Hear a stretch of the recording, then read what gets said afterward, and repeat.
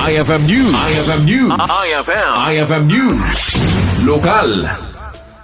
Saanen na Mabalin na Mulaan dahil Kabanbantayan, amasansan na mapupuuran na gapot agbaliw ti kalidad ti daga. Dahil tinlawlawag ni Mr. Victor Dabalos, mangidadaolo ti Provincial Environment and Natural Resources Office wenno Penro. Patyon na, asaan nga agkurkura nga agbalaag iti publiko, sekna ti forest kan grass fire nga masansan lata nga dahi ti mairaporta gapo iti daytoy abanaga. Mainayg iti daytoy kunana saanen nga ikonsiderar pay dagiti area anapuuran tapno pagbalinan na plantasyon iti masakbayan.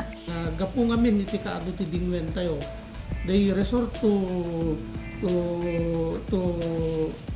burn this old grasses so that new grasses will of course grow. At data ti kay ayo dagiti dingwen tayo nga kanan.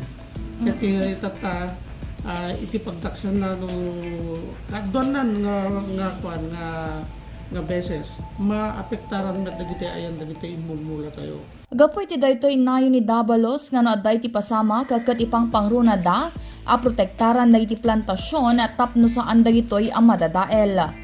No makita yung grass fire katawan dagiti plantasyon tayo dijay.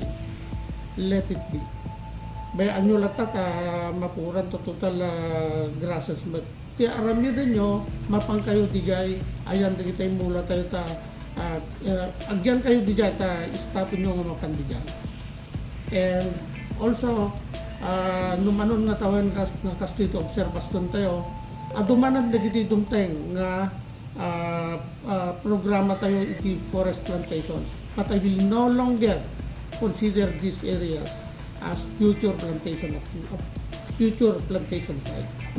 Iti sa Balyabangir inlawlawag na nga adda ti Barangay Ranger Officer wenno Bros akadwada nga agbantay ngam kaadwa na pasamak kunana no makadanon dayti Bros ket nagkayam kamton ti apoy.